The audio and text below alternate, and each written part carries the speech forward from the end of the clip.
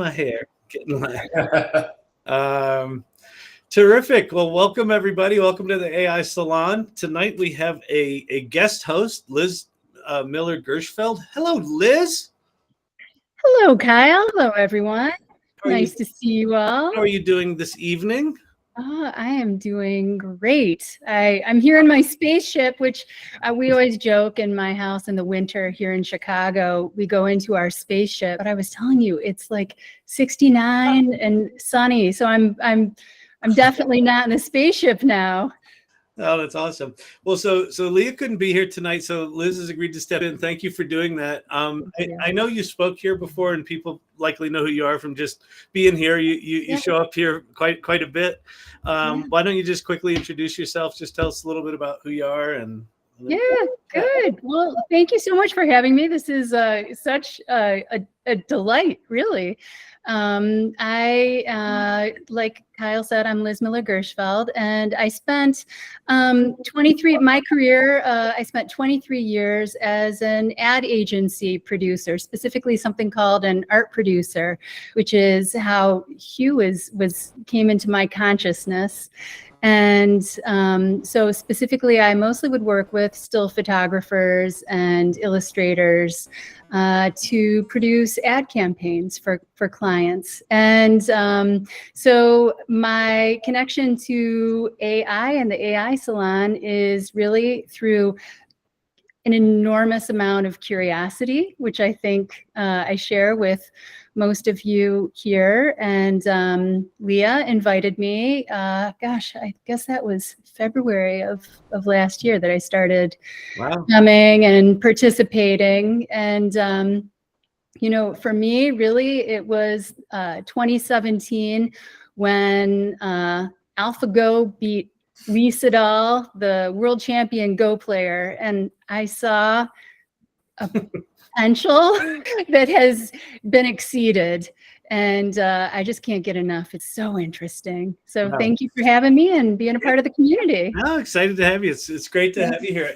And where are you today? Like, where's your if there was a, I don't know, if there was a word like, how are you feeling? What's going on with you today these days with AI? I guess it would be a mix of awe and wonder at the possibilities, and also I guess the quote, AI is not good, AI is not bad, AI is not neutral. So that's great, right? So I'm not an unquestioning enthusiast, and I'm not a doomer, but I am very excited to be more and more literate and use it and understand where those connections are for what I used to do and what's going forward. That's awesome. And I mean, that's the whole point of the salon. And that's, Leah and I started the salon the week after ChatGPT came out. We were both, excited and just like, what is this stuff going to be? We had both been playing a little bit with image generation stuff, and then ChatGPT came out, and it's like, oh, this feels like it changes things. And so the whole idea of the salon is to really create a safe space for us to all go on this adventure together. We're going to bring Hugh up. So a little bit of housekeeping. We're going to do things in a bit of a different order tonight. Our guest tonight, Hugh, has got a hard stop just past the top of the next hour. So he's going to go first. Before we bring him up on stage, I want to talk to you a little bit about the salon. So if you've been here before, you've heard this before, but if you haven't, the whole idea of the salon is to create this safe space where people can come, be curious about AI, and find other people that are as well. And I'll just sort of read what we're about here. We're a ragtag group of misfits, ne'er-do-wells, and miscreants who have gathered to explore the uncharted wilderness of generative AI. We are everyone from entrepreneurs to educators, from healthcare workers to creatives, and everyone in between. We are being called on an adventure. Just like the World Wide Web exploded onto the scene in the mid-90s, the launch of ChatGPT on November 30th, 2022 shook the world. We felt the rumble, we heeded the call, and set out together to discover the source. How we explore, we band together and in person, online and in person, to share our discoveries so that we might aid our fellow adventurers. In these gatherings, we geek out, explore, learn together, paving the way for innovative ideas and groundbreaking projects in the vast frontier that lies ahead. And together we shape a vision to create a future that embraces the unknown and leads us to personal rediscovery, professional reinvention, and extraordinary experiences. And that really is, you know, what this group embodies. And Liz, I'd love for you to, Leah does this role normally, but I'd love for you, if you'd be willing to just talk about our values and just sort of go through the values of the salon, because there's sort of what the salon is doing, but the values are really how we're doing it, how we're showing up as people. And this is a remarkable community. And so if you'd be so kind, I would love for you to talk us through the values. I would be delighted, because they are a big part of why I continue to show up, because you guys truly embody it. So the values: curiosity. We are eager to learn new things, ask questions, and experiment, experiment, experiment. Generosity. We're willing to share our knowledge, resources, and feedback with others, and to support each other's growth and development. There is so much to learn, we can't possibly keep up. Even if it's obvious to you, it might not be to the person next to you. Share as you learn. Exploration. We're excited to try new things, take risks, and embrace uncertainty and ambiguity. Act as if no one knows what they're doing, because no one knows what they're doing. I appreciate that very much. Collaboration, and this is an exciting one as well. We look for opportunities to work with each other, to work with others, to exchange ideas, and to create something greater than ourselves. Find a partner, find a posse, start a project, start 10. We won't judge you. And who knows, you just might make a friend or the next billion-dollar venture.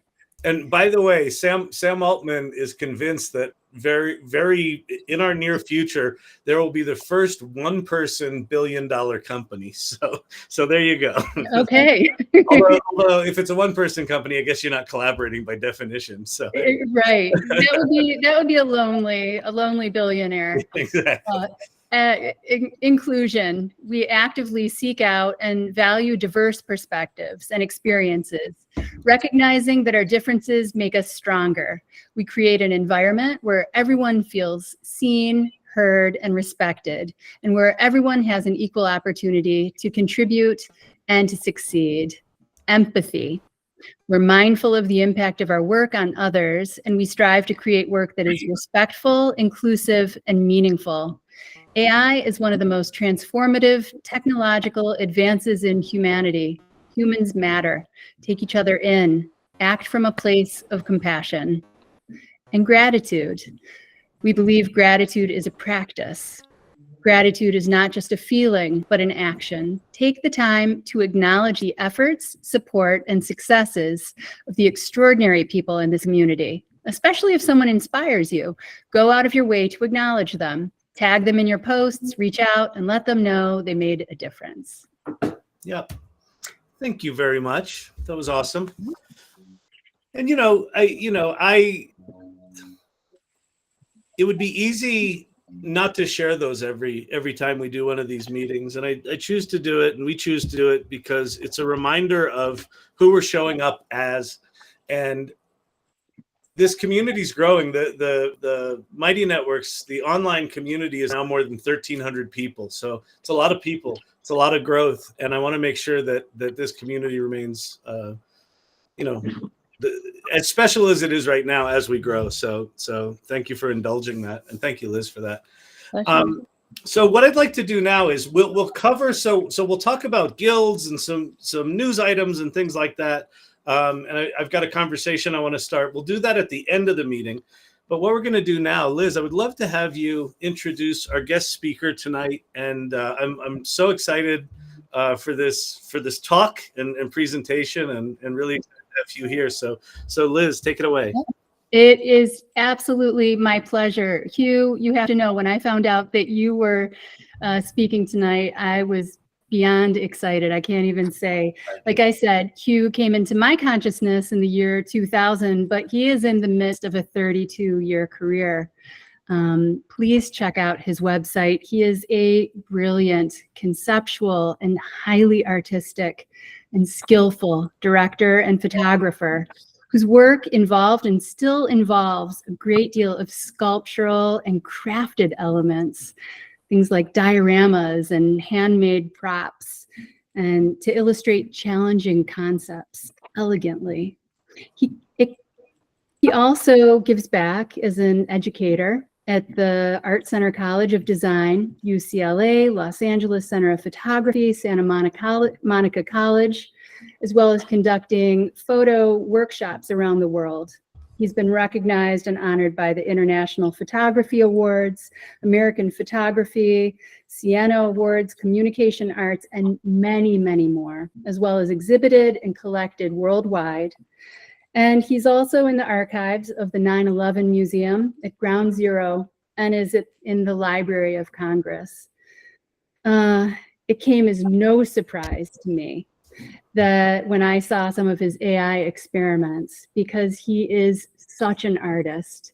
I'm very excited about the new places he's going, but he's always done interesting things.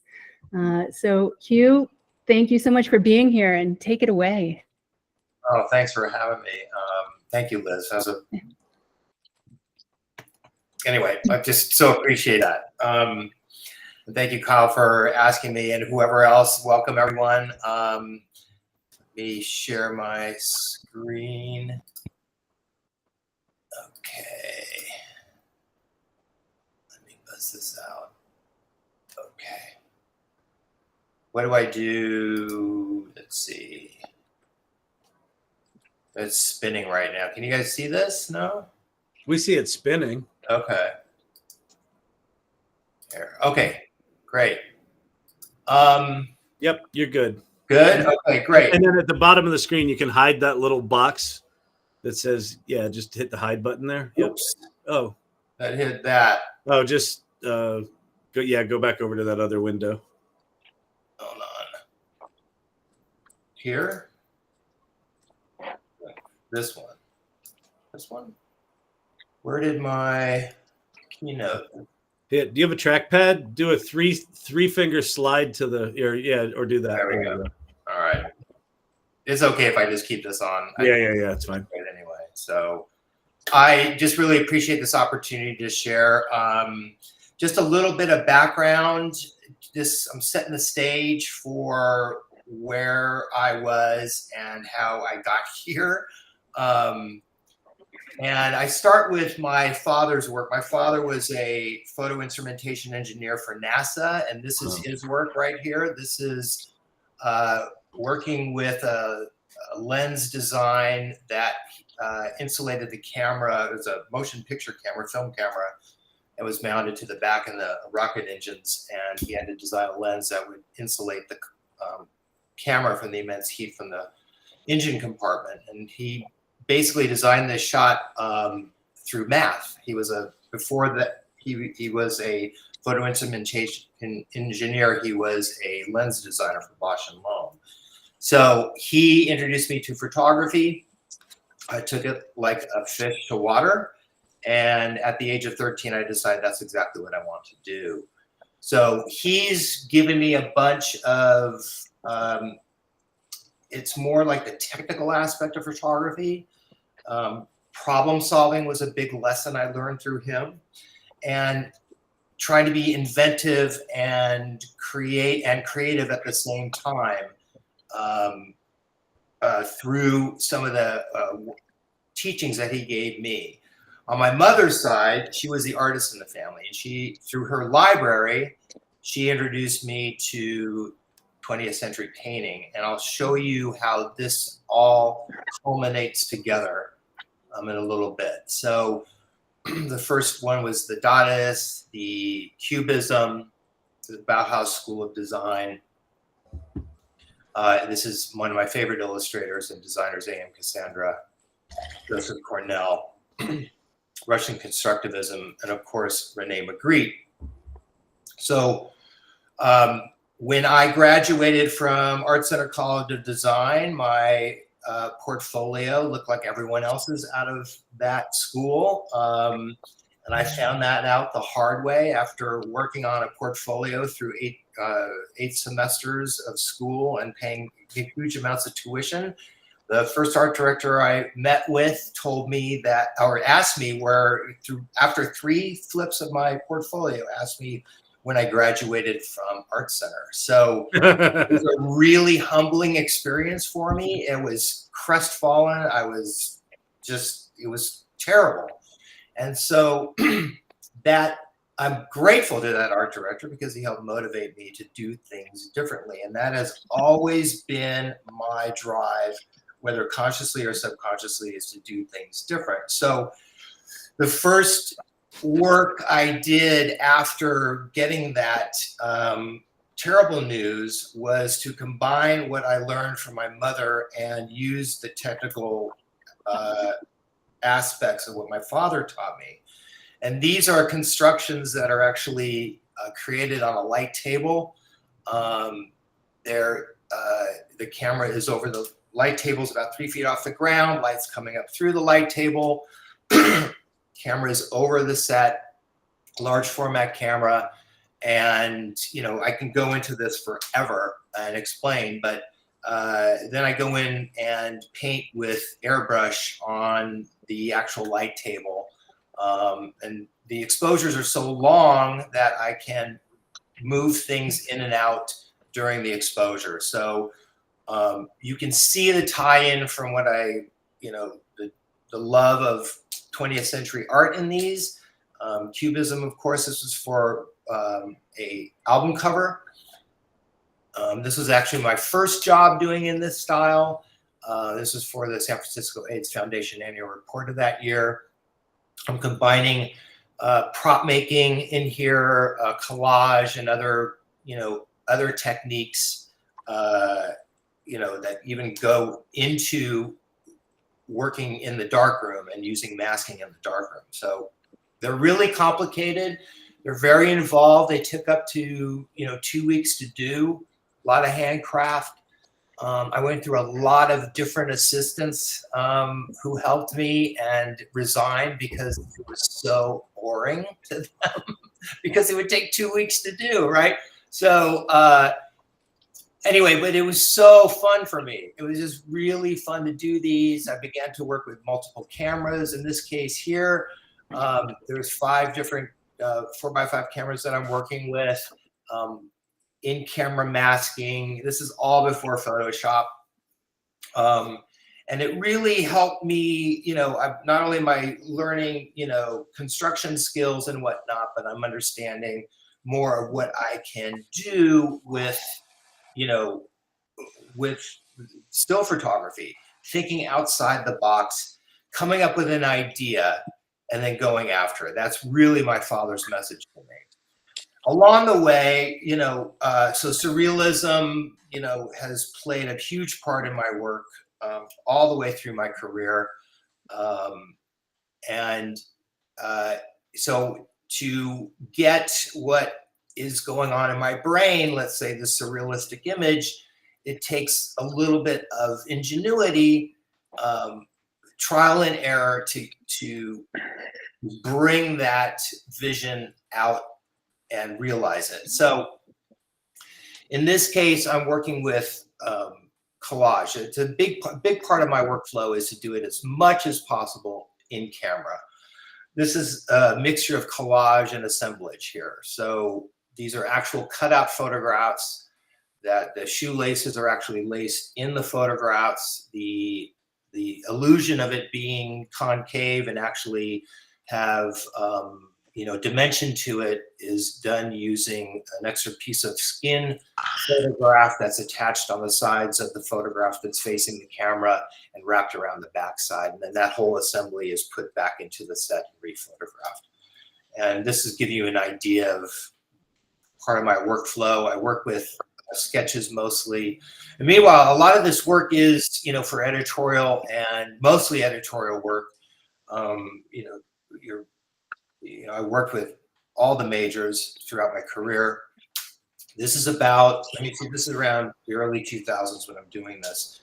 The image on the left is the working Polaroid from that day. I shot the assemblage together. And some other concepts. This was an actual commission for a financial magazine.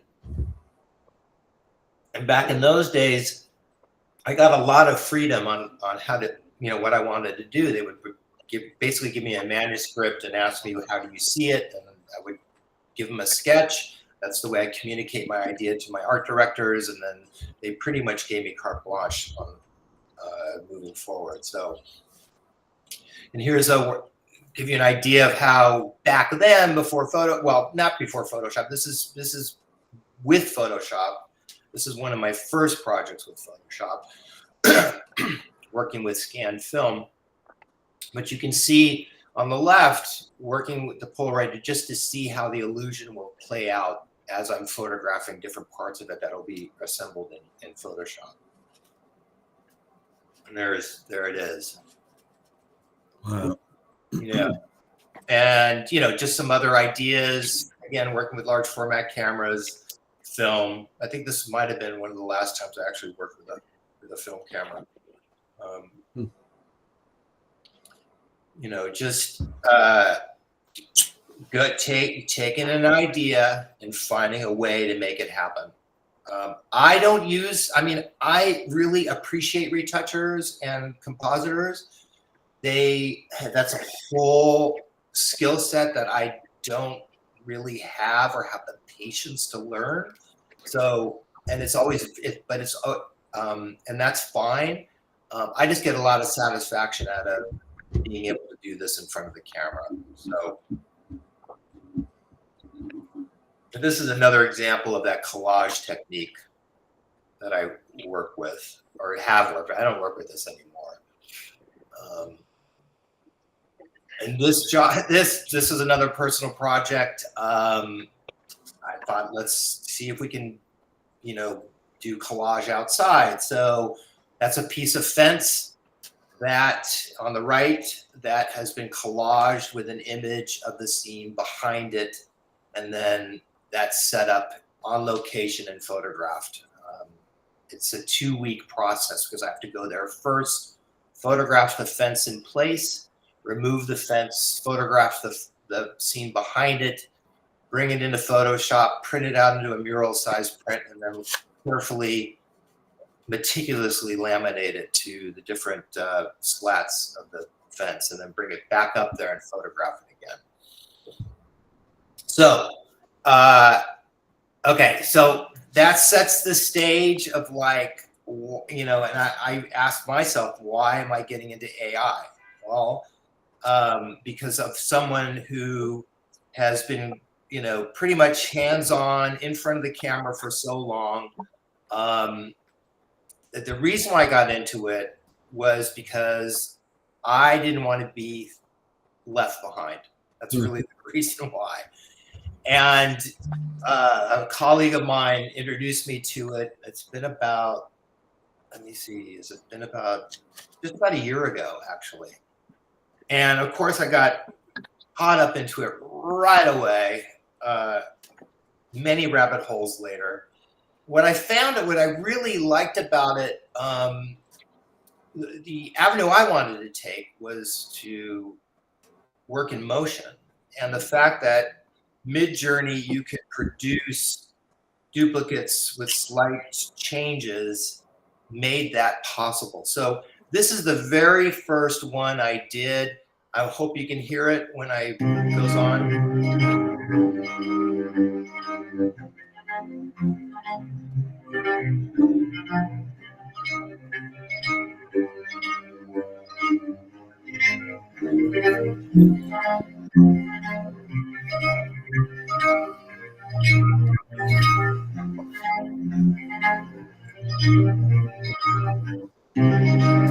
And some others.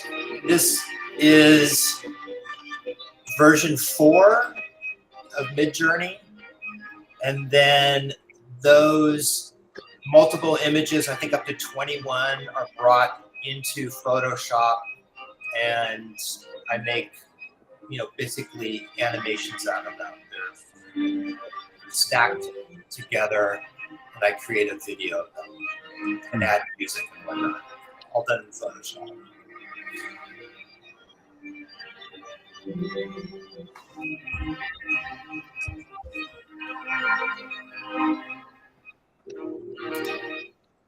And then this is, let me see, I'll start this. No, I wanted to stop here. We're all discovering things. This one, I wanted to see if I could have someone age in front of the screen, right? So I prompted it, the redhead, and girl against a white background. And then I just changed the ages as I used the same prompt, but just changed the ages as I went through this. And it began to learn what I was looking for. And it's remarkable what it produced and how similar these quote unquote women look as you go through this. So I'm going to play this for you.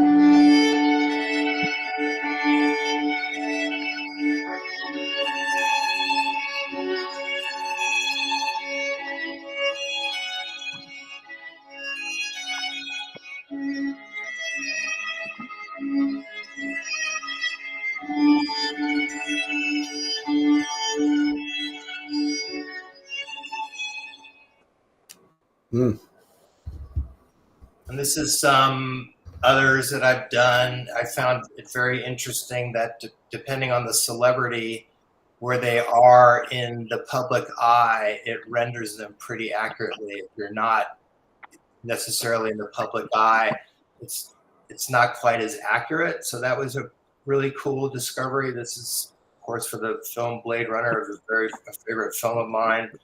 I just wanted to see how that would work. Let's see what else. This is a photograph of my father, and then it interpreted. I scanned that in, and then it interpreted many different possibilities there. And I just combined those together. So, it's experimenting, right? These are just kind of the same technique, but a little differently. These are actually short clip videos that are combined together and, dissolved into one another.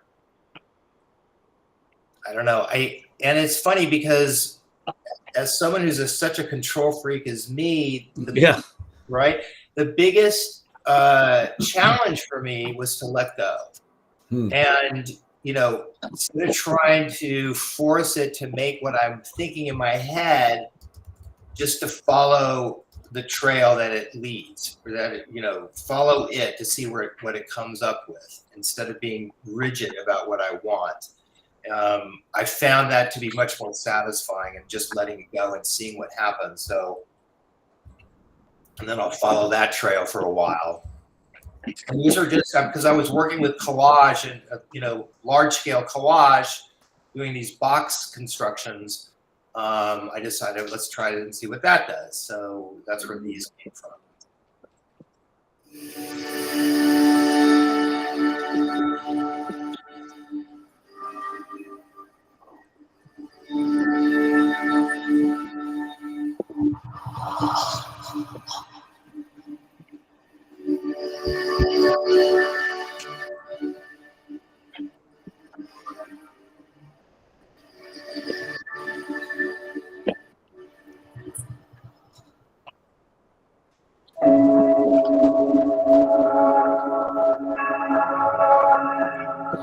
I'm into sci-fi, as you can tell.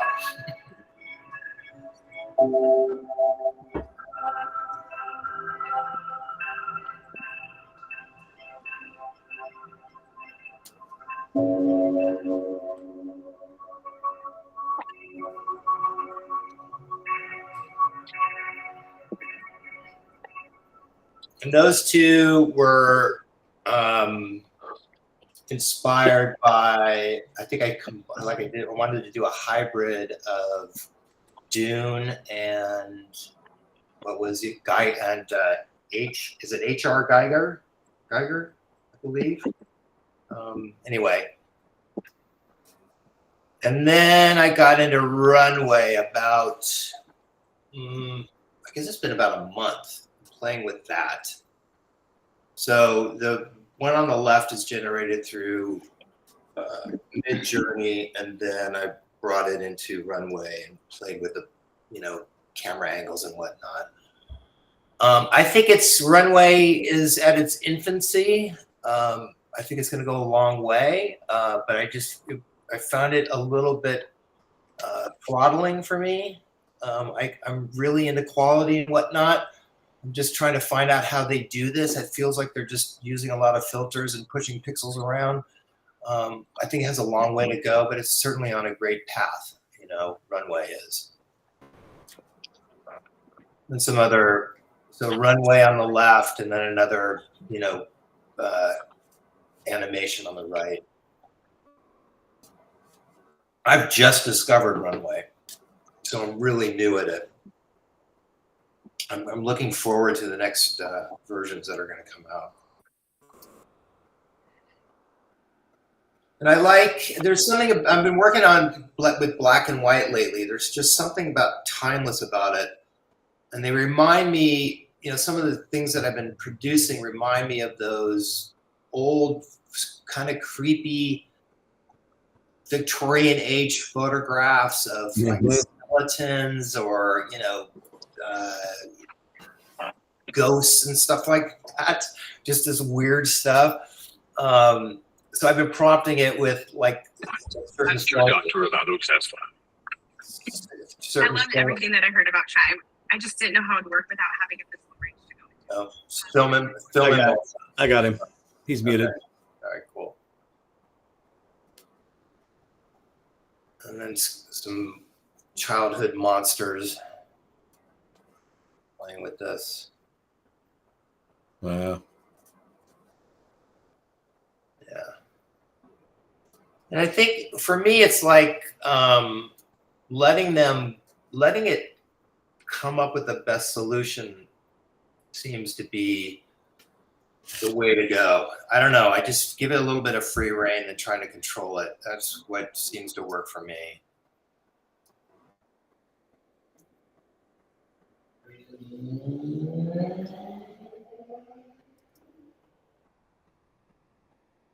And you get these freaky combinations, right?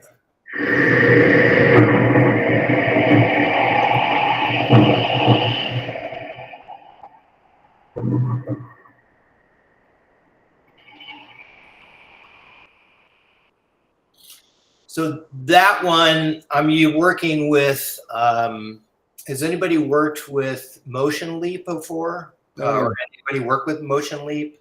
Yeah. Yeah, you can animate still photographs in kind of like this loop, and you can direct how that goes. The tornado was created using that from a still photograph using Motion Leap. It's a phone app. It's really fun to work with. And then this is stuff I was working on last week, making some mushroom clouds out of different things. Just playing around with that.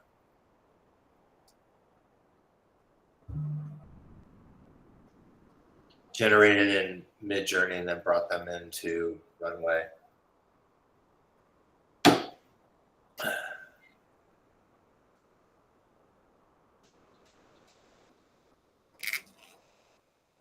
So Runway on the left, and then my, Photoshop animation on the right. The quality's gotten really good from Mid-Journey 6. I was quite surprised to see how good it is. Wow. Fish out of water. And the lighting it renders is just amazing. It's really cool the way it does that. And and the reason why I've got getting into it also is because I'm teaching AI right now. Not exactly right now, but I'm going to be scheduled to teach an AI class in about a year. And for me, you know, I want to, the big thing for me about AI is, you know, it's all the questions that we are all asking, you know, who owns it, whatnot, copyright, you know, image, you know, licensing, all those things that have come up around this. And I want to not only teach it, but teach the ethics around it. And that's why I'm actually, you know, getting more into it and discover it and be able to teach it ethically to my students. So this is, I'm going to get to this in a minute.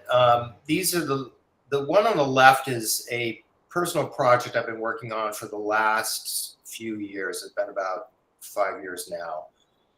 And it is, I create these sculptures made from recycled materials, and most notably plastic garbage bags. And these are, I got into it just around right before the pandemic, because I want my work to be able to do good. I want my work to be of purpose. And the objective for this project, which is called Plastic Waves, is to benefit nonprofits devoted to water conservation. That's the main objective for it. I'm about 7 images in on this project over the course of 5 years. These sculptures take a long time to make and get right. But now it's just beginning to pay off. I had a cover for Time magazine a year and a half ago for a very special issue. And now this work is going to be the face of the World Surf League Foundation, their philanthropic arm called Pure. And that's down in Brazil. And if everything goes well, I'm going to be going down to Brazil this summer, sculpting one of these, photographing it while they're videotaping me doing it. And then they're going to offer prints from that image to help support the cause. So that's where this is taken. So I'm a big believer in personal projects. I've always had them going. This is from, you know, anyway, so because you never know what can happen. You can never know what could take place. Every personal project that I've sunk a lot of time and effort into is paid off for me. Wow. Yeah, so the motion on the left is working with Motion Leap. It's a little bit more involved to try to get it to move correctly, but the one on the right is Runway. So it's just kind of an interesting exploration into how Runway interprets this, right?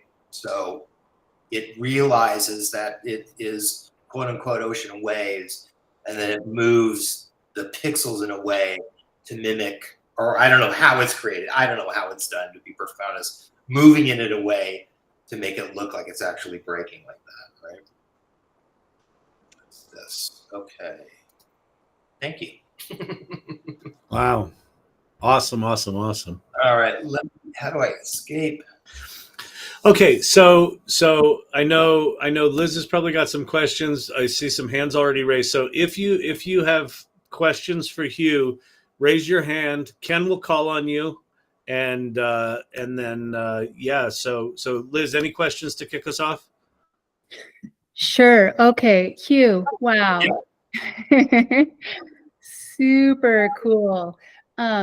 I have a question just to kick us off, which is, you talked about how your biggest challenge is to let go, which makes perfect sense given the body of work that you create, which is so intentional and crafted. And I'm just curious about that tension between intention and surprise as it relates to the AI, and how are you feeling about that?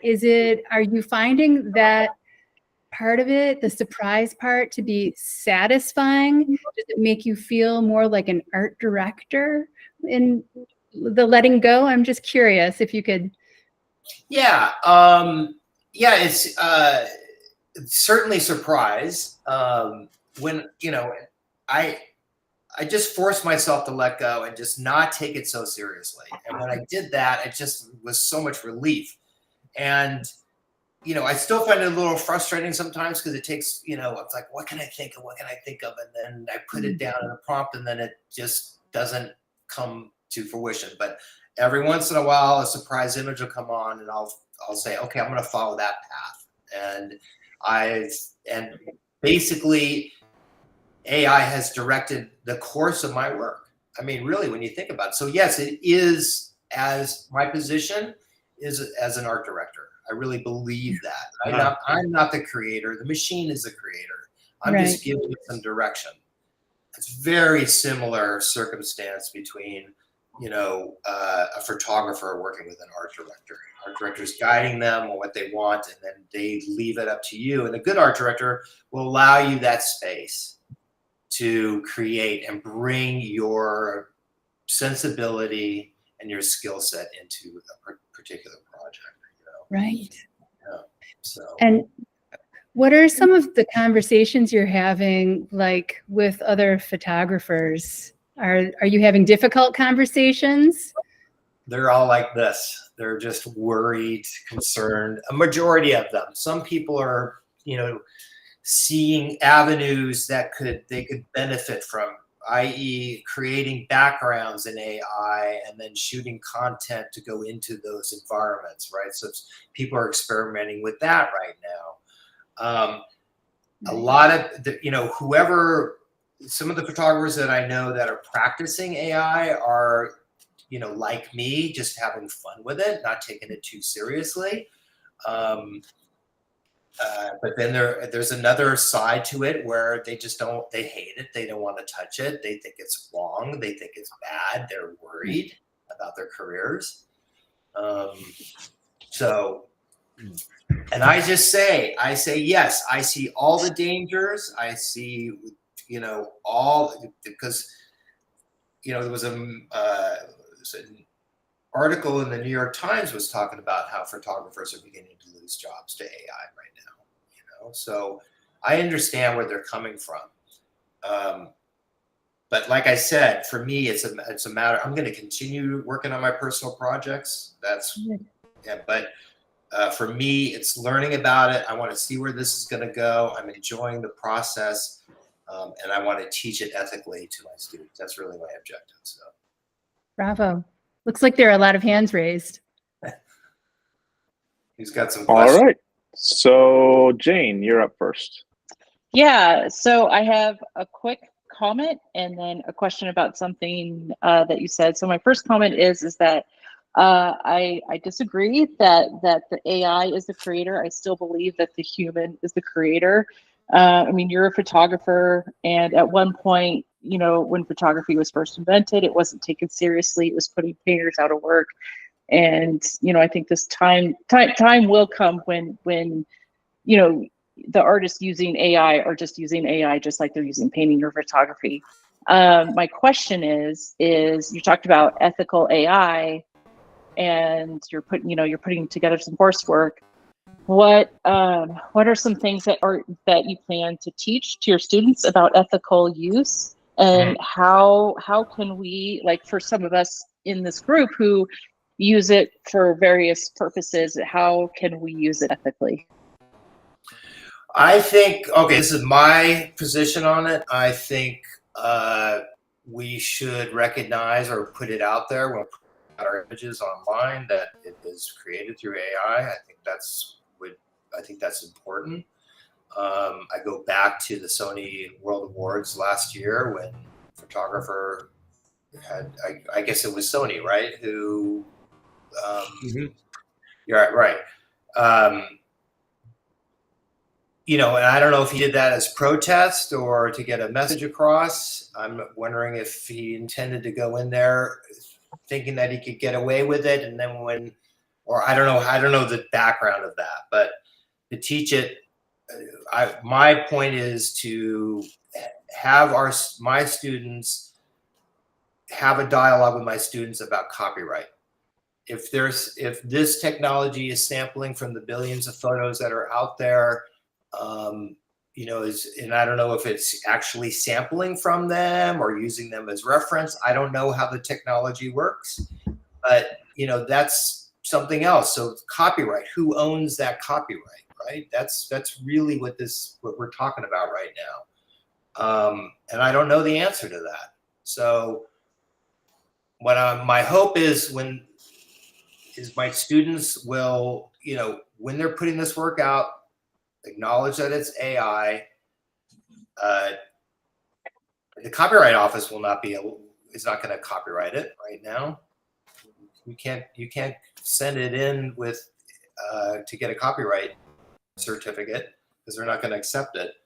But that's really what, I don't know if this answers your question, Jane, but that's really where I am with it right now. Yeah, okay, good. Thanks for that thumbs up. Appreciate it. And then I guess I had a question. I had my hand raised after Jane, but it went down after I called on her. So sorry about that. But I do have a question for you. My question is, it sounds like you've come a long way since you first got into AI, because you said that you got into it not to be left behind. So I was wondering if that's still how you feel. I don't think it is, because it sounds like you're teaching classes on it now. And if it's not, when was that kind of moment where that perspective shifted? Well, when I got sucked up into it till 1:30 in the morning, that, you know, I think I'm caught up to this. I'm feeling a part of it now. I'm enjoying what I'm seeing. I'm dissecting it in my own mind. I'm trying to figure out how they're doing it. This is all part of my the way I operate, is to see how things are done. I'm just trying to figure out how it's actually doing it. Is it low grade CGI? Is it, because it looks, I don't know, how is it done? So it's called a diffusion model. It's really fascinating. It noises millions and millions of images, and then it samples them all together into a noisy image and denoises that over 50 or 70 steps. It's just why it's not copying and pasting. That's the one thing you should know, is it's not copying and pasting. Okay. All right. So I'm learning here. And then I think Stacy, you had your hand up next, but it went down. Did you have a question? Oh yeah, I was going to ask about how you teach to your students as well. I teach high school and middle school, and most of my students don't know much about AI image generation, or very little. And so I show it to them and we talk about it, but I haven't like started teaching it or really getting into it with them yet. I'm about to, but I was just curious at that age level what you would be talking about with them. Well, so what age level? High school. High school. And okay. I also teach middle school, but mostly high school. Mostly high school. So are you introducing this to both middle school and high school? Middle school, not as much, not yet. All right. College for me. So yeah, I just introduce it to them because right now and it's great because we all go on Discord and we've set up a channel that we display on the TV monitor, and everyone can watch each other's work come through. And it's really motivating, and they just like all of us get sucked up into it. And you know, next thing I know, I'm looking at my watch. I go, I have to go. I have to go. But yeah, it was a workshop. But the full-fledged class is going to, you know, be mid-journey, and you know, and then into Stable Diffusion and into Runway, or whenever it's going to be in a year, it's going to be remarkable what's going to happen. So yeah, I was more interested in like the ethics. Like I have taught them. We've done assignments using it and things like that.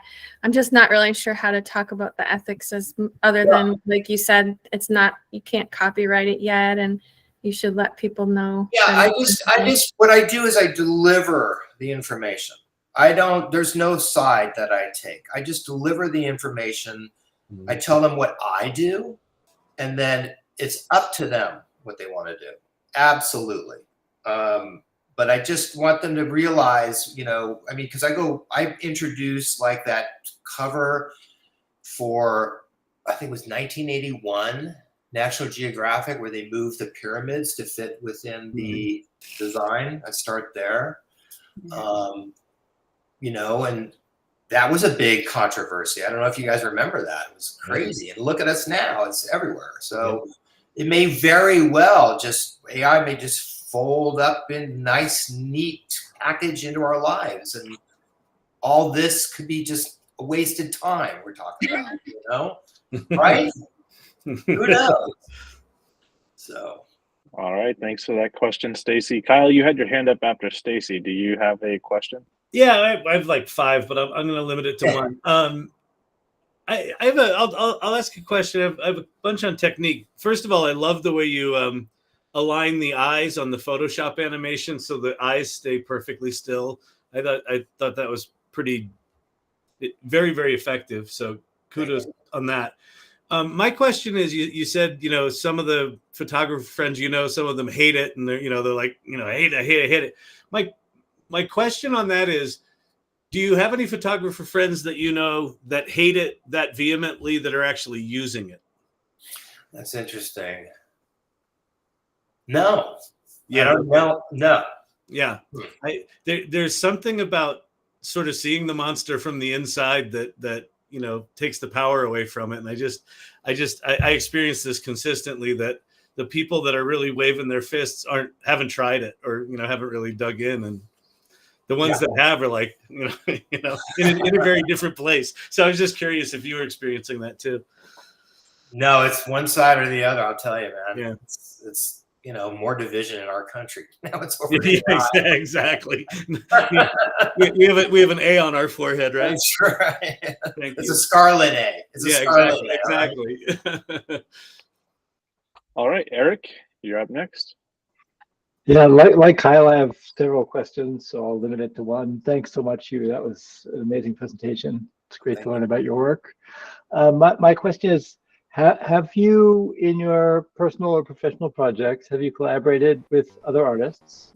And what do you think about collaboration as a model, instead of treating AI as a tool, and is AI the artist, or is the brush the artist, or is AI the brush?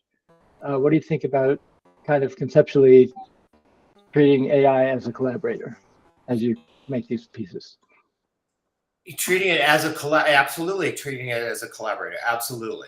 It is a collaboration between me and the bot. Absolutely. If that's what you're getting at. Is that what you're getting at? Okay. Yeah. And what was the first part of your question? Just this has come up. I've raised it. Other people have raised it. Just AI gets talked about a lot as a tool, and as you said, it doesn't do what you want, right? And tools tend to be predictable. I've just found it helpful to think of it as another artist, and just kind of see how you felt about that. And if you have collaborated with other people, you know, doesn't that happen, right? Where you have a clear vision. Oh yes. Oh yes, absolutely. You know, I have a vision, you know, but I hire professionals to do a professional's job. My set builder, my makeup artist, my prop person, or my wardrobe stylist. I allow them to do their work, you know? And so, yes, I think it is a collaboration. Absolutely. That's really what I'm getting at, is sometimes when you let them do their work, then what the result is probably better than what you had imagined, right? Absolutely. It's completely different. Maybe you came up with a neon jacket and you were envisioning a khaki jacket or something like that. It consistently better. Yeah. When Thank you. I allow them the freedom. Yeah. All right, thanks. RJ, you're up next. Thanks. Real quick question. So getting back to basics, you mentioned that you gave AI the chance to do its thing, and then you tended to want to have control and maybe move it over to Photoshop, and where you could have a lot of control. And I was wondering, whether you found that there are some AI techniques that you can use instead of Photoshop to do some control, like in painting or out painting, or maybe some other techniques. I don't even know what in painting or out painting is. You're gonna have to come back to the salon more, Hugh. So is that where they're masking you're talking about, like in Midjourney? Is that right? Is that what you're talking about? Masking? I'll let Kyle explain the technology of in painting and out painting. Basically, it's kind of like masking. In painting is picking a region of an image and sort of regenerating that. Out painting is doing it on the outside of the image. So yeah, basically, like Photoshop generative fill is technically out painting, right? But you can within AI tools they call it in painting and out painting. Yeah, I mean, I was off of Midjourney for a few months and then got back onto it recently and discovered that masking option. I call it masking, but now it's called in painting. Great. Yeah, exactly. That's you photographer, you masking. Right. Yeah. I'm playing around with that. I think it would be great. This is one recommendation for Midjourney to do, is to be able to zoom in on that palette when you go in and select a little bit. It would be great to be able to zoom in a little bit. It's a little hard working on those thumbnails, but. By the way, Midjourney yesterday or today added consistent character, so you can keep a character consistent over generations. So thank God for that. Yeah, it doesn't look like it's great, but it's at least in the direction. Yeah, it's good.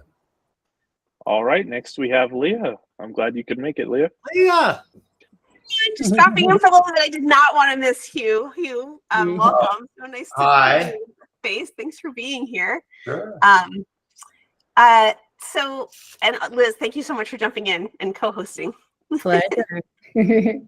So I have two thoughts, and I think one's a very quick answer. It sounds like you haven't figured out a workaround around authorship and copyright registration, which is like, I'm still trying to figure out how to like make work that has enough authorship that I'll be able to get it through the copyright registration process. And it sounds like you haven't figured that out yet either. I haven't even tried. I just don't know. We can talk more about it if I figure it out. And the second question I have is sort of a bigger question about the actual nature of creating. Your work is so conceptual and so thought out, and there's so much artistry in how you put that together. And I find one of the things about AI generation and using AI tools is that like there's a level of just unknown that is so worked into the creative process for me when I'm using generative tools. I delight in that. I mean, my work is very improvisational and I like the unknown. I like things I don't quite plan. I think that's where magic is. So I'm curious about how you reconcile that, like how you approach your relationship with the tools from a place of allowing that unknown to come into the work, but then also being able to create work that is so much in your own voice and in your own vision. That's interesting. That's a great question. Well, because I'm working on this personal project right now. That's where I can like get my control issues realized. Okay. But then it's also great to be in front of this computer and playing with AI and just seeing what it produces and being surprised and happily surprised in many instances. I'm not frustrated anymore the way I used to be when I first started working with it. It's just allowing it to do what it does and giving it, and I know that people do multiple lines of prompts. I'm just not doing all that. I'm not trying to control it anymore because anyway, and just seeing what happens. And that's why I get caught up into it. And it's 1:30 in the morning, So I try this, it's like I wake up and like trying to go to sleep and like, I got to try this one prompt or write it down at least so I can do it tomorrow. It reminds me a lot of the black and white printing of that, going to the dark room and just like the watching the prints come. And then all of a sudden it's like 7 hours later and you just sort of got lost in this printing zone. I find that the generation sessions feel there's a lot of similarities for me in that process. That's a really good analogy. I think that's really spot on. Absolutely. Yeah. Cool. Thank you so much for speaking. It's so cool to have you here. I appreciate it. Thank you very much. All right, thanks, Leah. Steve Ross, you up next. Hello, new to the group here, so thanks for having me.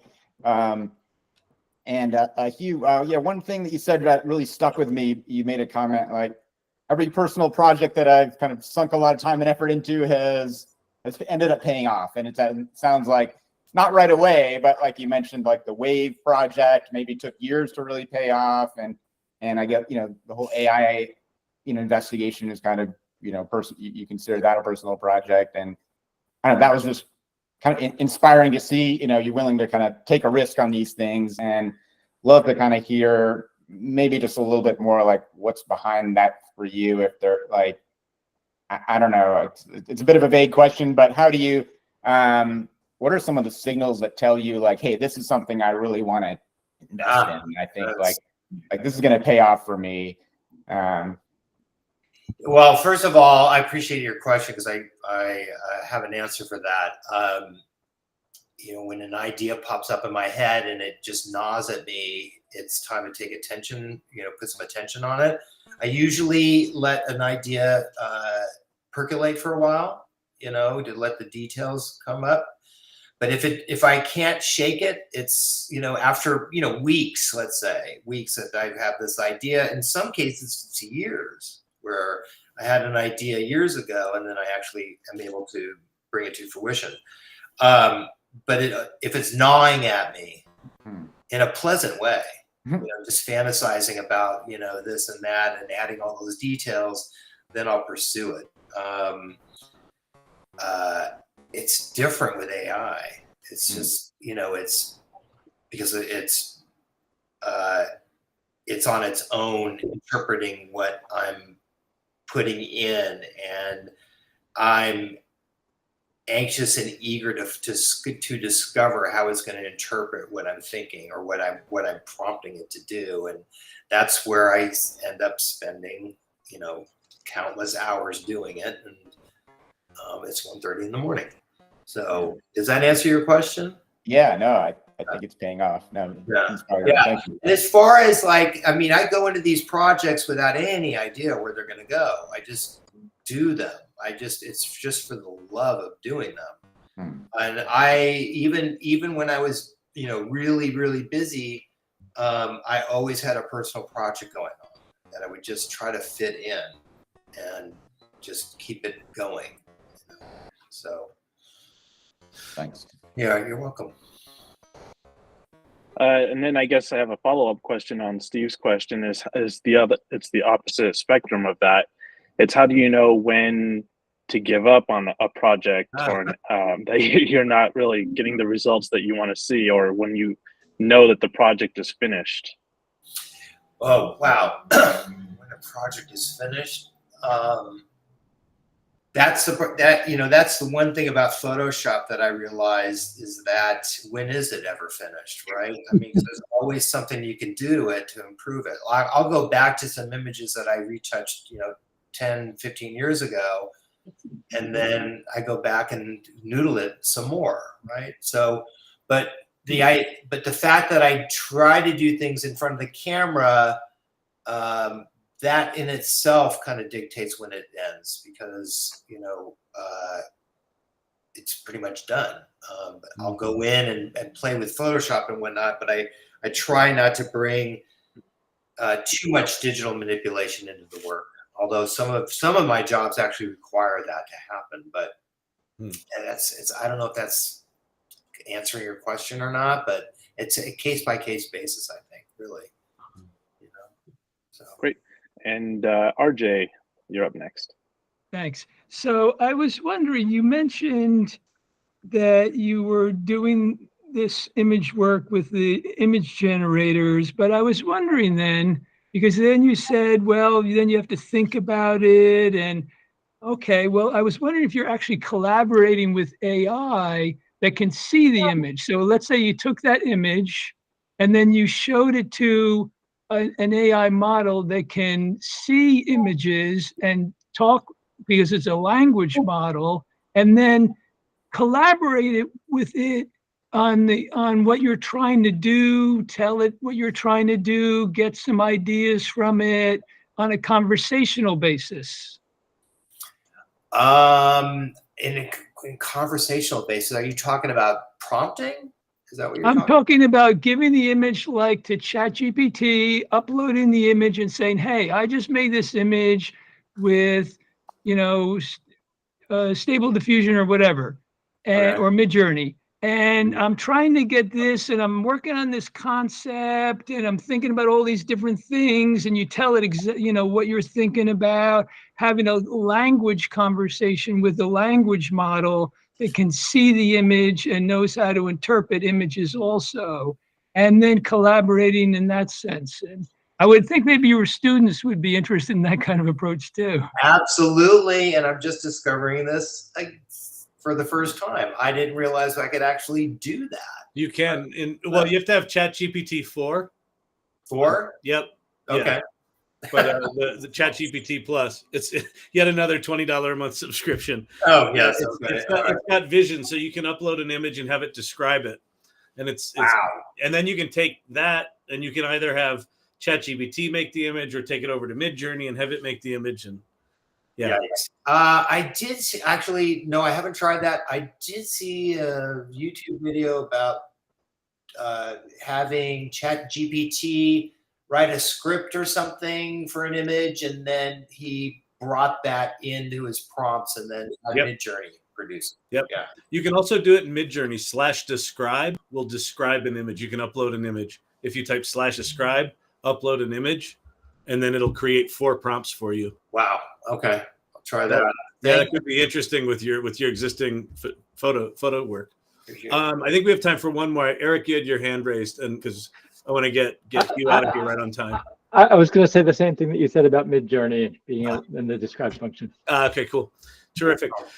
All right, I know you have a 5:15 your time hard out.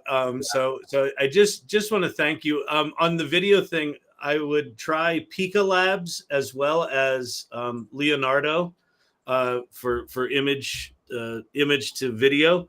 Both of those are worth at least exploring. So one of the traditions here at the AI Salon is to give you a lovely golf clap for your participation. So I think well earned today. Thank you very much, Hugh.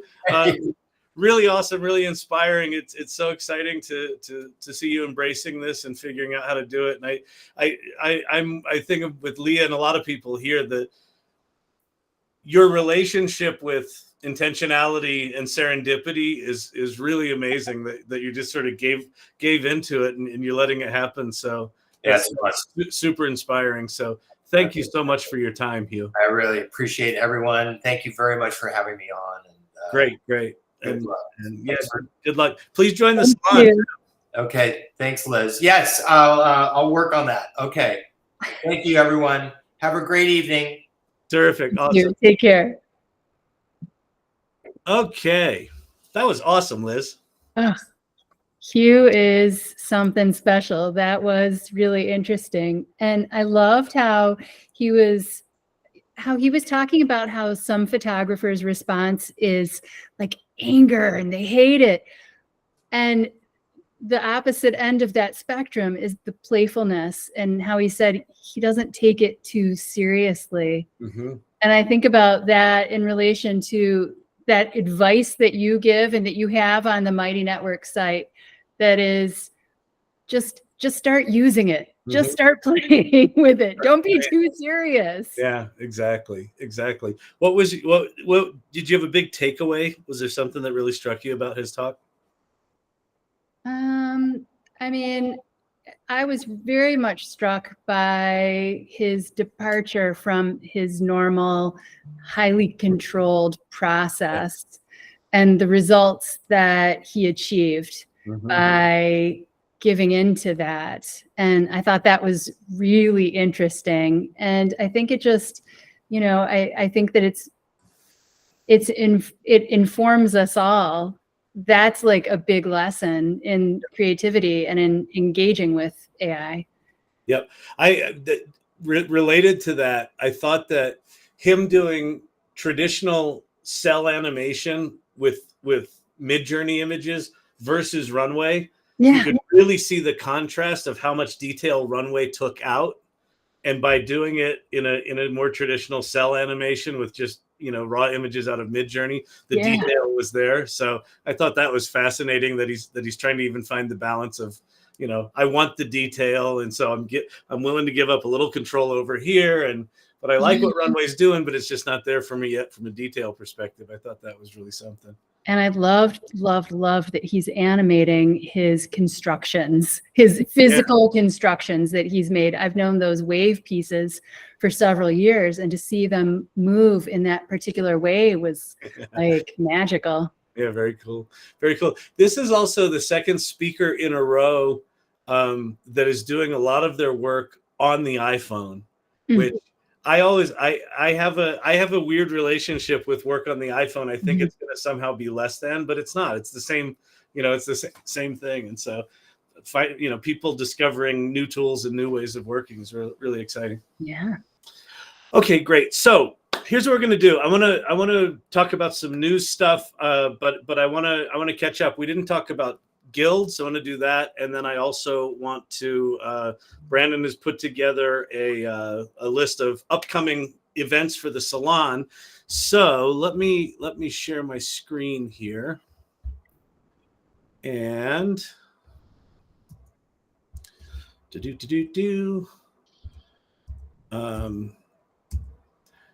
So anyone who is a guild leader, go ahead and raise your hand. And Ken, you can just call on folks. If there's anything that you'd like to share about your guild, either things that are coming up or anything that's going on. So anyone who has got a space in the guilds, feel free to raise your hand now, and let's hear what's happening. All right, Jane, you're up first. Yeah, so my name is Jane Endicott. I'm with the Writers Guild, and we're meeting this week. And before I kind of just talk a little bit, I just want to make a note of a mild schedule change due to a scheduling conflict. So I updated the time for our guild meeting this week. And that's this week only, is that small change. So just if you're a regular or if you're starting it for the first time, just make a note of that small time change. Last couple of weeks, we've kind of just been talking about process, and I've been posting prompts every Wednesday just to kind of get people to practice. So if you just want to come this week, it's Thursday at 5:30 Mountain Time, 7:30 Eastern Time. Yeah, just come in and see what it's about. Awesome. And I guess I'll just give a quick plug for the AI for Business Guild. For anybody that's new, we're just a community of people that use AI in our daily jobs. If we're business owners or employees, we're curious about how to use AI and enhance our workflows, our efficiencies, or even if you're just looking for a job, how AI can help you do that. So I would encourage you to join the AI for Business Guild. You'll be among a lot of like-minded people. But with that plug out of the way, I will pass it to Peter Kaminsky. Thanks, Ken. I run the Learn and Do with Peter Guild, or inside the Tech Guild. I like to cover a lot of different stuff, generally LLMs and image generators. And the past couple meetings, I've been on a kick having ChatGPT write Python programs, which you don't really have to be a developer for to get it to write a simple Python app. So right now I'm working on with folks kind of watching and asking questions, writing a simple front end for GPT-4, and hopefully we'll also get Anthropic's Claude in there too, at least. So so people will be able to use this simple front end at wholesale rates because the API access to LLMs is really cheap compared to that $20 a month. I don't mind 1 or 2 $20 a month, but when it starts to get 3 and 4, they start to like add up. 40 of them. Yeah, yeah. So come on by. I post event schedules. Usually I've been doing 2 meetings a week, and I post the time a couple days in advance, hopefully. So come on by. I've got a website that's I'm accumulating all the recordings, links to recordings, and AI summaries and stuff like that. So I'll drop a link to that in a sec. Terrific. All right, thanks, Peter. Stacy, you're up next. Hi, I'm Stacy. I'm the co-lead for the Education Guild. So anybody who's involved in education or wants to be involved, come and join our guild. We're meeting next Monday, and we support one another with presenting, talking about how to use AI with students, implementation, just basically everything education. And we have a lot of people in the guild who are also in different businesses in education. So anything that you need, people are there. Course creation, content creation. It runs the whole gamut. So yeah, join us. Awesome. Fantastic. Okay, and if you don't know, on the AI Salon down the left-hand side, there's a community section at the top. There's a show off your work section that's now been split out into 4 little areas, and then the guilds follow that. So the Creative Guild has all its spaces. There's the Business Guild, the Technology Guild, and the Social Impact Guild. All right. So that's where all of that stuff is. Okay. So let me. I want to tee up a conversation, but before we do that, I want to talk about some news things that have been happening, because I think there's some interesting news stuff going on. One thing, this I think is a very big deal, is Midjourney launched this thing called character reference, which I think is something we talked about probably in the very first salon, or very early on. How do you create consistent characters across generations? Midjourney just added it. The feature is --cref, character ref, and if you go to the Midjourney Discord and go to the announcement area, you can see where it is. What you do is you do your prompt --cref and then the URL for the image. So I uploaded this Genesis image of mine that I've used in everything, and then said, Polaroid photo of a carpet salesman in the 70s, and it got a lot of it, right? And it's kind of a 60s or 70s camera, and then some like groovy shades, but so it's not quite there, but very, very interesting. So I thought that was something just worth pointing out, because Midjourney's a little sly about how you use this stuff and how they announce it and things like that. There's a way you can use it in the website version if you have access to that, and then the cref command. And there's some other things you can do, weightings, like how much weight do you want to apply to the input image, things like that. Does anyone have any experience with this? Has anyone played with? This is my very first thing. So yeah. So if anyone's got any experience with it, yeah, Peter. I've got a couple of good things in show and tell. And yesterday I invented Reginald. One of the tricks to make sure that you do is to use a reference image that's generated by Midjourney. It won't work with just any image you find. So generate a good portrait in or just a nice picture of somebody in Midjourney, and then use that as the character reference. The so character reference is --cref, and then --cw is the weight, which goes from 0 to 100. 100 means that it tries to keep the clothes and the face together. Down at 0, it just does the face, so the hair can change and things like that. Yesterday I posted a bunch of Reginald, just a random guy I happened to pick out. He's kind of sour-faced, and so I was a little bit sad, and all the generated things I did a whole bunch of them. he kind of looked the same. And I was using, kind of naively, I was using the default weight, which is 100.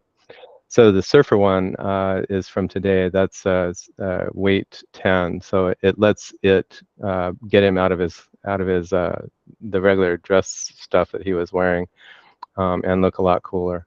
It's doing a great job at keeping his face looking like amazing. Reginald. That's so amazing. I'm really impressed with it. Yeah. It's not perfect, but it's pretty good. Those are other ones. A little bit further down is a few Reginald things.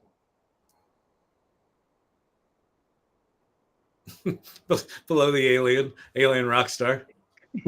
That's nice. Show and tell is super fun. Yeah. Lots of great stuff. Yeah, really good stuff.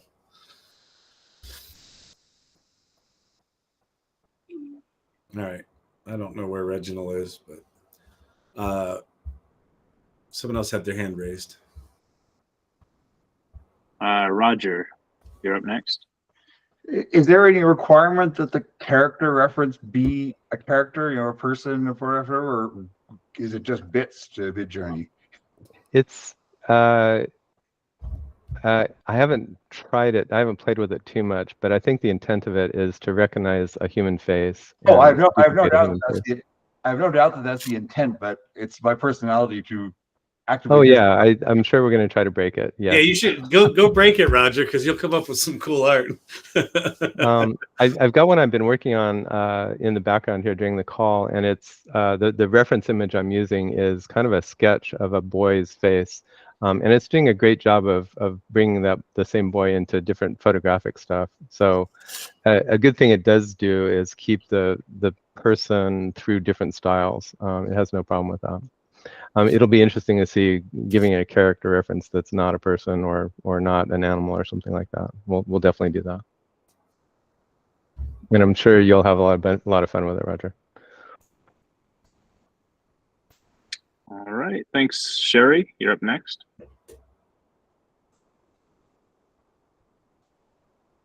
You're muted. Well, there's that whole sentence. Hello. I just wanted to tag on with Peter because we were going back and forth in Salon. At 1,000 images, you could go to alpha.midjourney.com. So if you've done 1,000 images, now that's present. So I wanted to play with his little tutorial because I was excited. And I noticed when you go the --CREF, it'll bring up the image, which is a blending. You could do the same thing with blending, but you're not getting the same consistency that you are for --CREF. So that's just something, if you guys are playing with the Alpha Midjourney, don't be surprised that you're like, well, wait a minute, I could just put my own image in there, but you can't. It really depends on the coding to get the same consistency. So we were going back and forth. If you guys want to look at this one, I'm like, well, wait a minute, you could just do this with the image and it won't give you the same. You can take any image and then say, hey, take the white background off, or you could say, put this person in the jacket, but you can't have that consistency, which is actually a pretty cool tool too. I just wanted to piggyback. There's a good, thanks, Sherry. And there's a good, I did a good example of the difference between blend and CREF. Yeah, I wanted to make sure you pointed that out. Thank you so much, Peter, for your hard work. Yeah, sure. Sherry noticed that if she took my original image and just did a prompt with it, holding an Easter egg, it actually did a great job of Reginald holding an Easter egg. But because it's pretty simple. So then I tried having Reginald driving a red convertible sports car, and the blend just falls apart, but the character reference holds together really well. Okay, good, cool. Yeah, looks promising. Okay, so I want to just hit some high level news items, and then I kind of want to open up a conversation here. So, this news section, has always been called new and exciting. I think we're very, very quickly. I am sensing, and I've been hearing this from other people, that we are entering the acceleration phase. That things are going to, and we knew this was coming. And still it is kind of crazy overwhelming. So just in large language models in the past, what has it been, 3 weeks maybe? We now have 4 GPT-4 class large language models. We have GPT-4. There's kind of rumor, people have been talking about, show us GPT-5. There's kind of a rumor I've seen floating lately that 4.5 is coming. Someone did some sort of screenshot of something. I don't know if it's a real screenshot or whatever, it doesn't matter, but that, 4 is as good as, it's what everyone's shooting for, and that's likely going to get better very, very soon. Claude 3 is not connected to the internet, but has 200,000 tokens, so you can do relatively long prompts. One second. A lot of people are using Claude 3 and talking about it as, there are some things it's doing way better than ChatGPT 4, some things not as good. Gemini Pro 1.5 has a 1 million token context window. I got access to that yesterday. It's pretty remarkable. Like it is definitely in the hood of GPT 4. And then Pi upgraded to Inflection 2.5. And because Pi is really designed to be a conversational version of GPT, it's a very different kind of thing.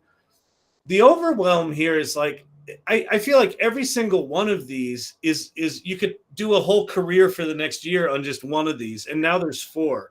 And some of these require $20 subscriptions to access. And so there's a cost thing here. But for me, it's a time and mental capacity thing. So that's kind of going on. So I want to just do that as a part of the setup of the conversation. The second piece of the conversation is just what the kind of tools that we're being teased with that are just around the corner that are really going to start to change things. One of them that I saw is this thing called LTX Studio. If you haven't seen it, just go to Twitter and look up LTX Studio.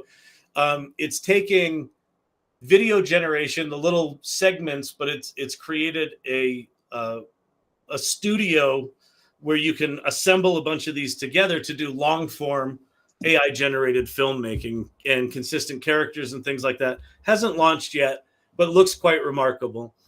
Today, Cognition announced this thing called Devin, which they're dubbing the first AI software engineer. So it's an autonomous agent that does things like project management and its own debugging and things like that. So it is, they're claiming that this is a thing that's going to, go off and program. Now, right now, it's just a video preview, but it's a thing that's starting to be a more sophisticated version of the things we've seen before.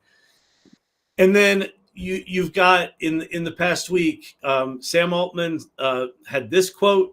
AI will do 95% of what marketers use agencies, strategies, and creative professionals for today. You had Jensen Huang, I think is how you pronounce his name, from NVIDIA, said last week, teaching people how to code is no longer the goal. AI is meant to make everyone a programmer. That's something we are experiencing here in the salon with GPTs and non-coders creating those things. And that kind of application development is also going to get increasingly sophisticated.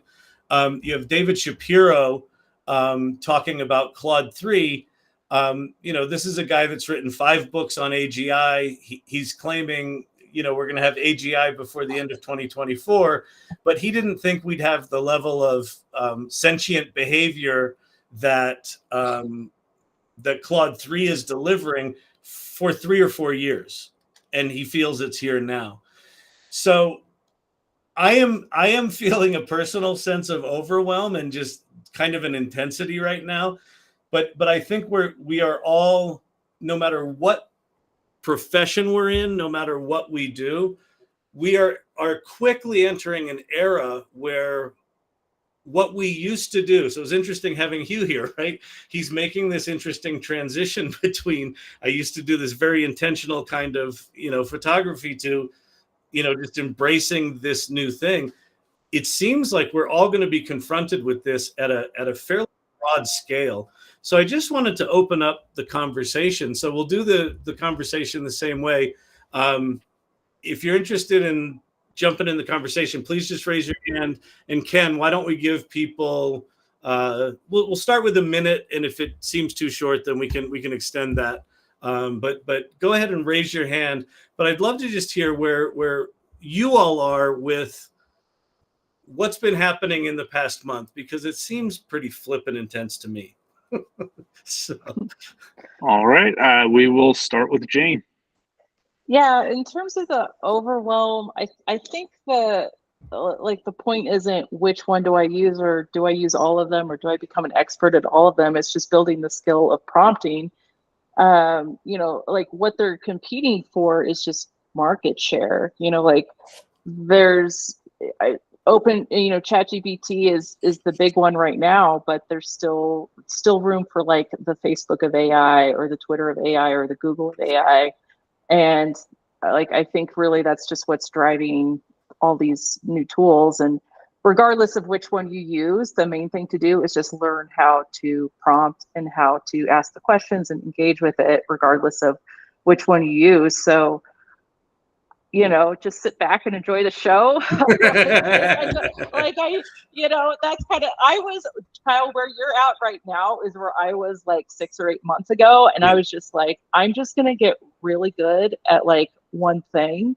And like your head will stop spinning. And in a couple of years, like the strongest will survive. Yeah. And it'll be fine. Yeah. Awesome. All right, Brandon, you're up next. Yeah, so there was an old adage, and I'll have to find it and post it in the salon later when I find it, but talked about a plane striking turbulence, and there was a passenger who was well seasoned and well traveled, that they were just gripping their armrests, and they were just absolutely paralyzed with fear. And then they looked over at the kid next to him, who is their first time traveling, and the kid's just like, wait, this is amazing. And the point is, if you just let go and relax into it and lean into the stress and don't resist it, what you resist persists. And so if you just kind of accept that you're just along for the ride, and this will all get sorted out, and we'll all still be here, maybe not on TikTok, but we'll all be here in a year talking about AI and AGI and all the things. It gets a lot easier to go through that day to day and just accept that we're all on the superhighway right now. We just can't keep up. There is no attempt to keep up at this point. Yeah. Awesome. Perfect. Scott, you're up. Yeah, so just wanted to say thanks to Kyle for like broaching this topic, because I think that almost everybody who touches AI, if you don't feel overwhelmed, something's wrong. I'd love you to explain how you don't, because it just blows my mind every single day. And Brandon just touched on that. He used a phrase that I was going to use here, which is just, I feel like I just have to lean in and hang on, because it's happening. It doesn't matter whether I like it. It doesn't matter whether I don't like it. Yeah. Whether it's good for my employment or bad for my employment. Like this is happening. We see it every single day. So just hang on, everybody. It's a wild ride, and I might as well make it a little bit fun. And nice bespectacled frog, by the way. Thanks. That's a Dolly 3. Nice. Perfect. All right, Sam, you're up next. Hey guys, my name's Sam. I'm in robotics engineering, and also been studying the AI for over a year. So I've been to like an AI CEO kind of roundtable in Waterloo, and some of the stuff that we're talking about is that it's actually the era of AI. I think we all kind of started, dabbling into this, and then we found ourselves just, after exploring, it's like, oh, it's here. And you're starting to see products roll out, lots of companies rolling out. Basically, the gist of our thing is, create like these AI frameworks, use it in your strategic foresight, start taking note of some key metrics and benchmarks. We're starting to talk about responsible AI and ethics. Let's build it into like the ground layer of all the AIs that we release. We're starting to look at the impact, how it's going to impact people, privacy, security, customer experience, and even on a global scale. we're starting to explore like utilizing these new technologies and methods. How education is probably going to change. It's going to be probably like a more personal education. Adaptation is obviously very important. Collaborate, retool, educate, progress, innovate. And then the last one was accountability. There seems to be a growing like legal responsibility and liability in using these AI tools responsibly. So kind of that was like the gist of what we kind of came up.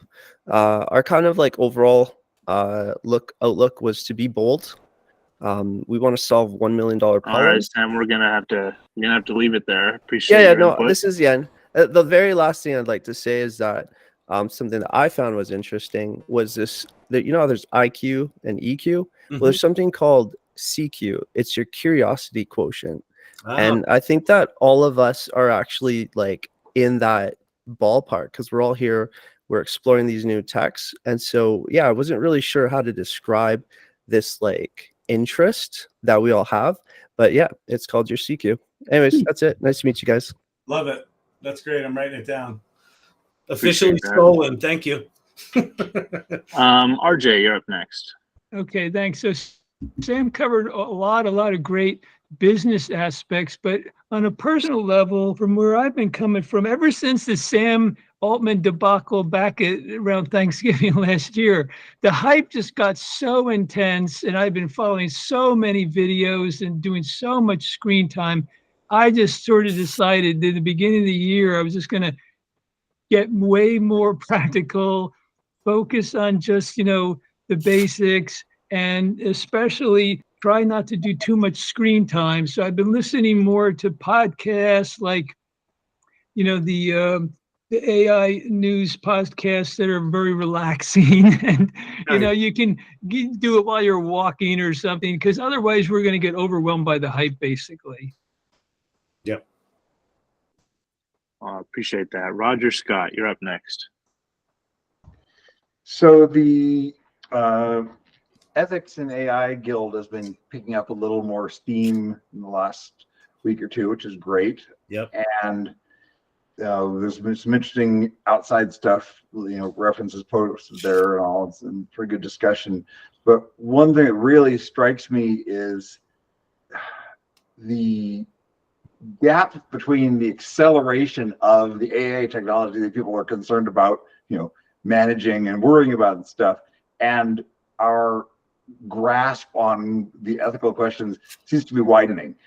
I don't see anything remotely like the acceleration on the comprehension of AI ethics and stuff side that I see on the AI side.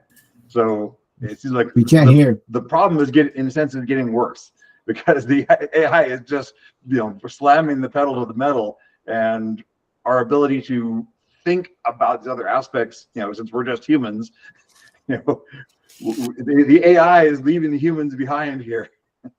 Yeah, I'm seeing a lot of comments on Twitter that are like, oh, they should really think about the impact of this and this and that. I'm like, okay, you can think about it, but you know, to the previous point, it's still coming. It's like, holy crap. So that's a really good point, Roger. Appreciate it. TK, your turn.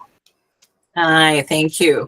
It's interesting. Just today I had a conversation with a girlfriend of mine about it, and I was saying that I really was starting to feel a little anxious, like I needed to start setting aside a set time every day that was like I'm going to my job with AI, you know, that it's like I have to carve out an hour every day for like the next 3 or 4 months, you know, and just, you know, kind of, you know, start putting together some case studies, or, you know, at least taking notes of what it is that I'm doing, what's working and what's not, and all of that. And just, you know, like I said, treating this like it's a job, because otherwise I feel like I am going to sort of fall off with it. Yeah. Appreciate that. Bill, you're up next.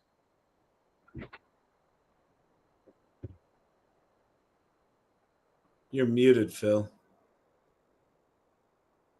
Or asleep. Sorry, I am neither. So sorry I don't have my suit on here. Got inside, and as they used to say, first time caller. Thrilled to be here, Kyle. I've been hearing about you for it feels like ages, and I'm thrilled to finally make it on, and for the rest of you. So this has been a real interesting show. What was the one I wanted to make? Two quick points. One, Paul Reitzer. Do you guys all know him? I would suggest if you don't listen to him, he's a podcaster, an author. He comes from the marketing world, but he just changed his podcast from the AI marketing show to the AI show. It is fantastic. It comes out every Tuesday, an hour and a quarter. He is amazing. Why do I bring him up? Because I just listened to him for an hour and a quarter before jumping on here at 5. And wow, what I wanted to touch on the subject here, AI overwhelm. And my thought, because you, Kyle, and Paul kind of have been a bit of a Venn diagram talking about what's latest in the news. My view of the AI overwhelm might be slightly different from what you were talking about, Kyle. It's not just, wow, how many tools there are, how quickly they are expanding, how crazy it's getting, how can we keep up? But it's the AI overwhelm of, I think PK was mentioning sort of a certain amount of, dare I say, angst and concern, and relating directly to Sam Altman's quote from a couple of weeks ago, talking about 95% of marketers' jobs will be done in, he didn't say when, and then Paul added some context to that, saying, Sam wasn't really just talking about marketers there. Yep. He was talking about all knowledge workers. Yep. And yeah, I think he was asked about marketing, which is why he made the comment about marketing. Yeah, exactly. Yeah, exactly. And so how do I'm throwing that out there, and I'm trying to find this Paul Reitzer balance of not giving in to angst, or as some people would say, it's just negative hype. I think some wonderful things will come from AI, but wow, we have to get moving immediately, right, on doing everything that we're doing here. But I don't know, ratcheting it up a next step, because what will people be looking for us 6 months, 12 months, 2 years from now? Great. So that's my pitch. Awesome. Thank you all for letting me on. Thanks, Phil. All right, thanks, Phil. Eric, you're up next. I'm not really sure what I want to say. It has something to do with what Leah said earlier about being in the dark room and 7 hours just evaporating.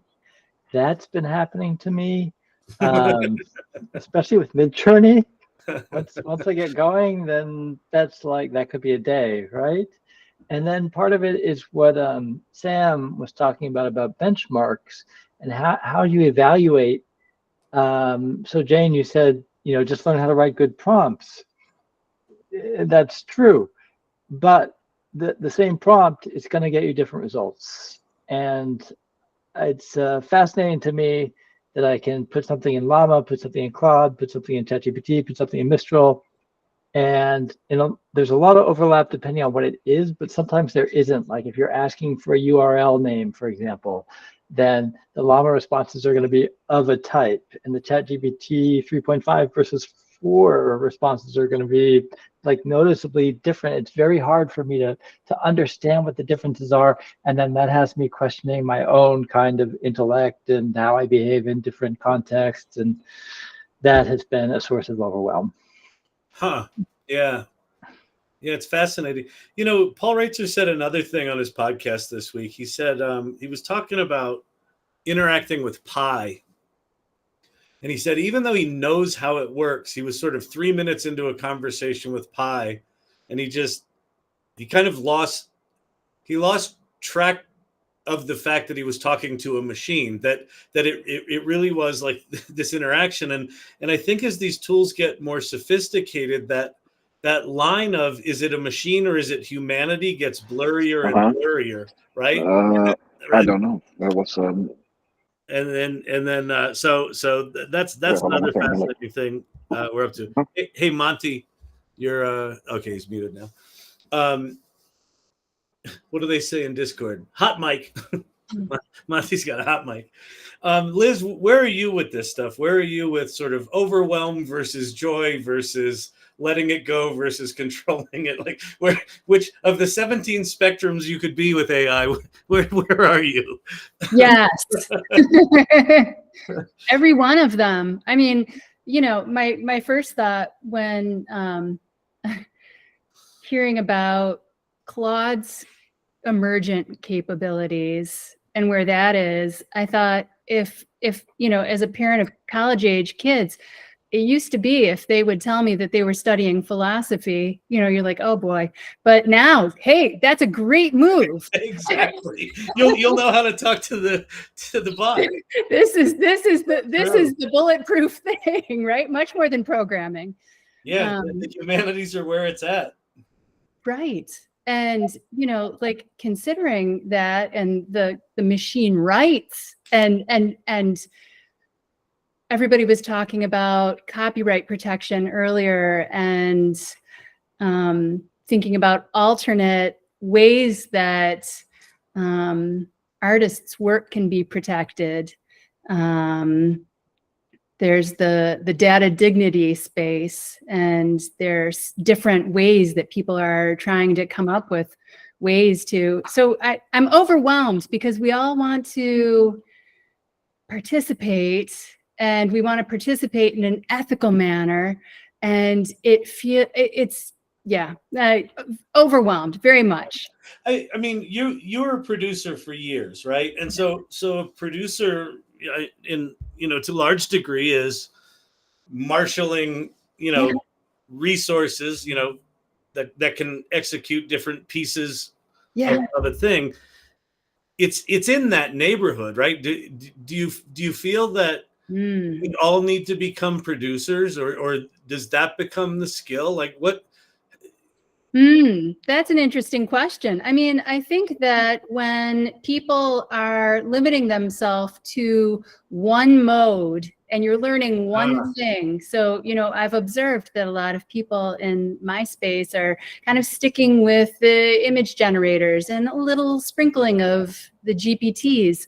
But I really think that you have to like start to layer all the pieces together, and then it does start to sort of hum, but it can be overwhelming when every day we're reading about new tools, and to that point of trying to rein in all of the subscriptions and the learning needed to be literate in any of these tools.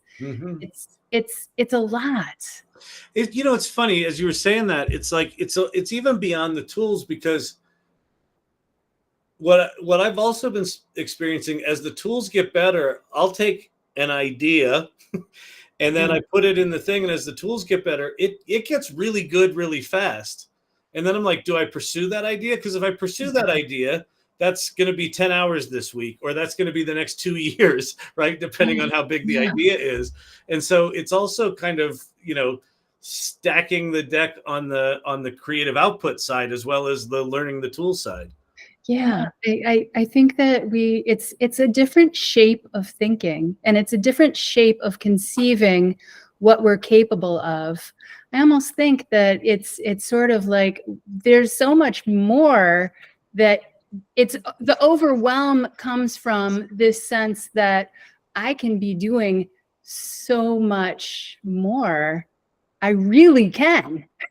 And so our attention is, I think, our most human attribute, and where we place that attention.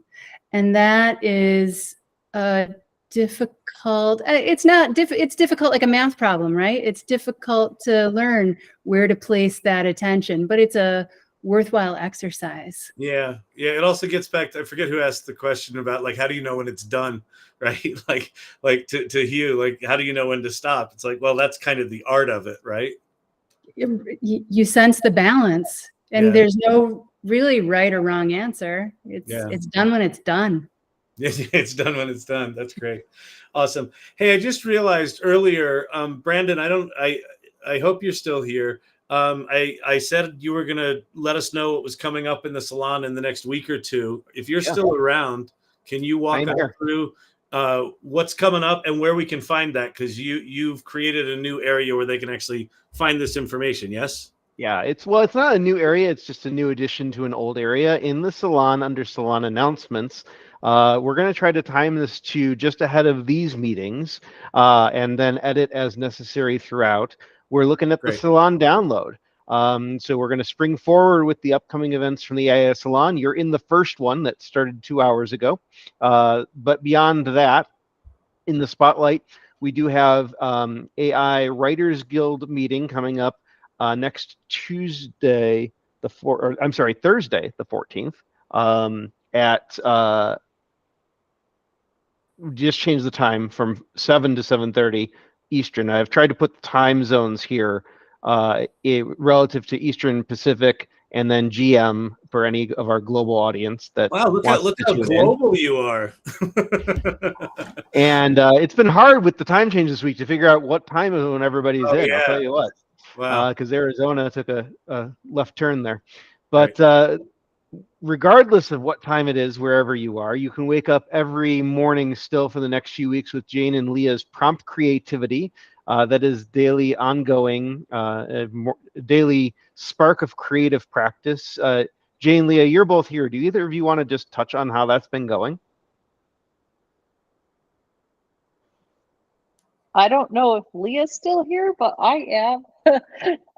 Yeah, it's been going great. We're still posting everything, and even if you haven't been participating, we're keeping up the prompts. You can pretty much jump in, even though we're a few weeks in, and all the prompts build on each other. So it's good to start from the first one and build your way through it. But yeah, definitely jump in if you're just even curious about it. Awesome. Yeah, we've got an Education Guild meeting and an AI for Business Guild meeting coming up next week. And then on the 19th, we're also going to have a rebroadcast of a Introduction to Generative AI for Marketers webinar hosted by Christopher Penn. It is a 1-hour webinar hosted on Webinar Ninja, and it's sold out. We're limited to 100 seats on that platform, and it's free. I shouldn't say it's sold out. It filled to capacity last time, and it was anticipated that we will fill up again. So if you're interested in that, make sure you get a seat soon. And all those details can be found in the salon announcements with the relevant links and times. And then, of course, the recurring happening every night at 8 p.m. Mountain, the AI Learning Lab with Mr. Kyle Shannon, which will probably start a little bit late tonight because of this meeting. Yeah, that's 9 o'clock tonight. But yeah, all right, great. Thank you, Brandon. That was awesome. Yep. All right. Well, Liz, this is an absolute pleasure. Thank you for co-hosting, for jumping in at the with Leah not being able to be here. Although Leah was here, which was super cool. That was cool. Yeah, this was a pleasure. Thank you so much. I really, what a fun group. Yeah, it's a good group. I'm digging it. So thank you all for being here. We'll see you on the web. If you have not joined the salon, there's the in the chat, there's a link to the salon. So thank you for participating, for all you do, and spread the word. Let's get some new folks in the salon. But thank you all, and we will talk to you soon. Bye, everybody. Bye. Good night.